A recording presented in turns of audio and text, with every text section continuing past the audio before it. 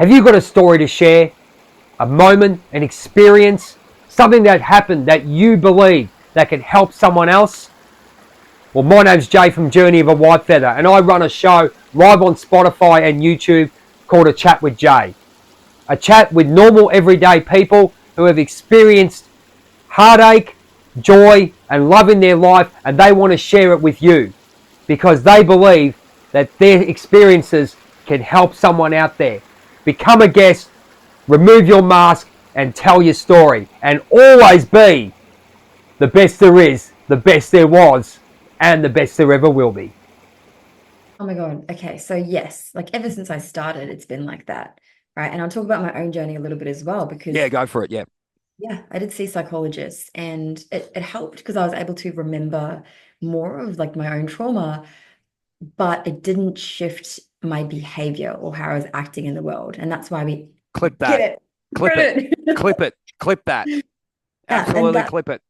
yeah. And that's why it's so important to come to people like us, because I remember it wasn't until I worked with my own mentor, same as you, where we actually did the deep inner work. And when people come to me, they when you go into a breath work, you're working at a somatic level. So I talk about kind of like I'll do an assessment of where you're at. It's like, are you in the remembering stage where you just talk about everything that you've been through? Great, awesome.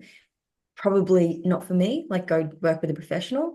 Next stage up, are you in the stage where you rewrite or reframe?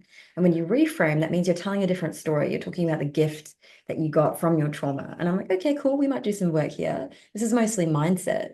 And then there's the relive, which is somatics, right? And in Okay. Yep. this stage, it's like breath work, dance, body work, actually feeling the emotions. Because what we know is that trauma is an incomplete stress response. If you weren't able to actually fight in that moment where you felt terrified, or run, flight when you were I saw. feeling I sort of see it as a warrior stage. Yeah, I get where you're going. Yeah. yeah, That. yeah, Yep. right? So then it's like you've got to actually feel the unfelt feelings, because otherwise it's just going to stay stuck in your body. And then after that, it's the rebirth stage. How can we transmute this to joy, right? And people come to me and they have these experiences where it's like your body, your unconscious mind is already knows how to do the work. It's already healing itself.